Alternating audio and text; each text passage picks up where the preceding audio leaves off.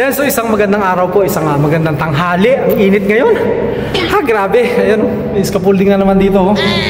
So, ayan po, pinuntahan din po ito ng mga kasama namin at hindi nga naayos kasi walang scaffolding.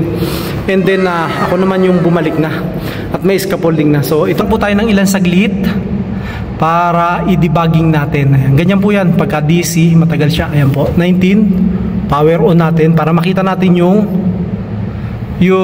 error niya. Kailangan to magbi-blink tapos magkakaroon yan. So kasi yung mga kasama ko pumunta rito, walang kwan, kaya hindi nila ma-check kung ano, tsaka hindi nila alam kung paano debugging dito. Ayan siya. So hintayin nating mag-blink to. Hintayin natin. So ganyan, umaandar na yan. Gawin nating 20. Ayan. Ayan siya. May error daw ito eh, nagbiblink eh. So pagka ganyan, 39 yung room temperature ang lugar natin. So Fuji po to.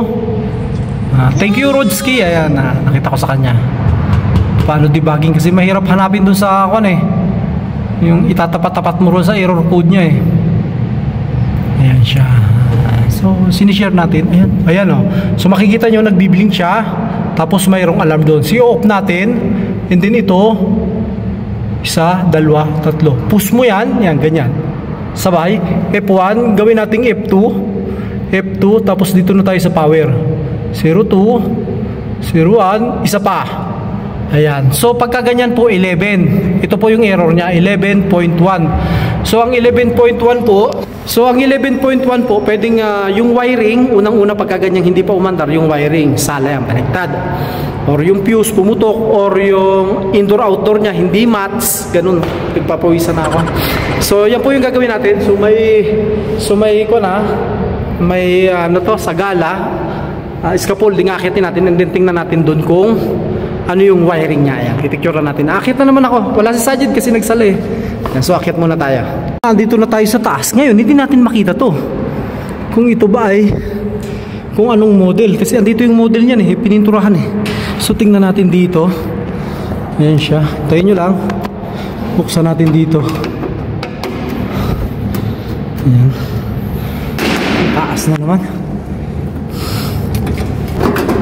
Ayan. So bukas na. So ito yung kanya. Ayan. So kung makikita nyo, yan siya. Tingnan natin.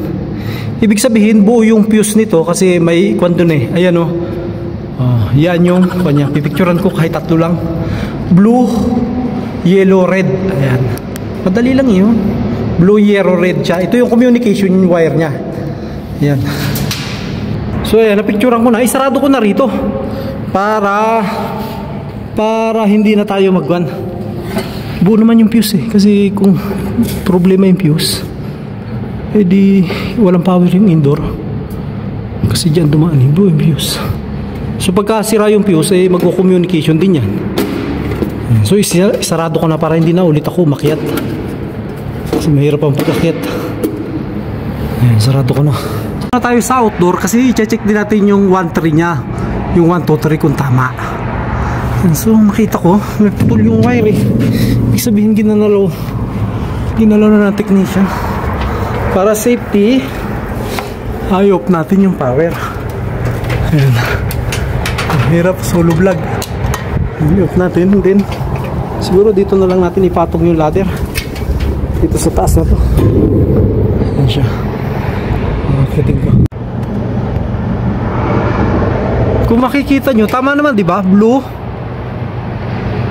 yellow, red. Blue, yellow, red. Pero bakit ganun yung PCB? Parang luma. Hindi kaya pumutok yan? Nagbabaklas na yata eh. Communication. Buo naman to diba? Inaklas na yun. Sira na yun. Tingnan natin yung buo naman yung communication na yun. Ito yung PCB nya. Pinull out ko kasi walang power dito. Yan, so wala siyang power. Dapat may indicator yan pag may kuryente. So wala siya. Pinaklas ko tapos napansin ko parang madilaw-dilaw na. Ayan. Kita nyo, ayun, baka wakuan yung varnish siguro. Ayan. So nag-11 siya. May power naman dito inilabas punta dun sa kwan. May power, buo naman lahat ng fuse. Ito tinister ko yung buo. Hindi, nakita ko ayan yung putok yan yan. May team. Tapos ito siya. Ayan. Ito bagong gawa lang to. Ayan, ayan. Putok yung varnish store. Ayan, bagong gawa to. Hindi yan lumay. Ginawa to. Siguro na mali yung wiring niya. Kaya ganyan yung nangyayari. So ito yung 11. Problema ito, outdoor mainboard. Kaya nag-11 siya. So na tayo. Pag hindi, 380 yung pumasok. Pagka ganun. Nagkamali ng wiring. Ganun siya. PCB. Diba ko kung magkano to. Yan yung problema. Ayan, so nakakita natin yung problema. PCB yung problema.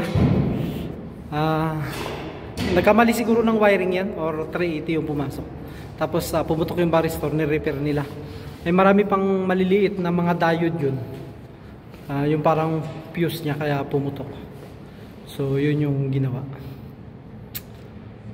Ni-repair and then hindi naayos. And then yun, tinawag na sa amin. So 11 po. Maraming salamat po at God first po na po Diyos.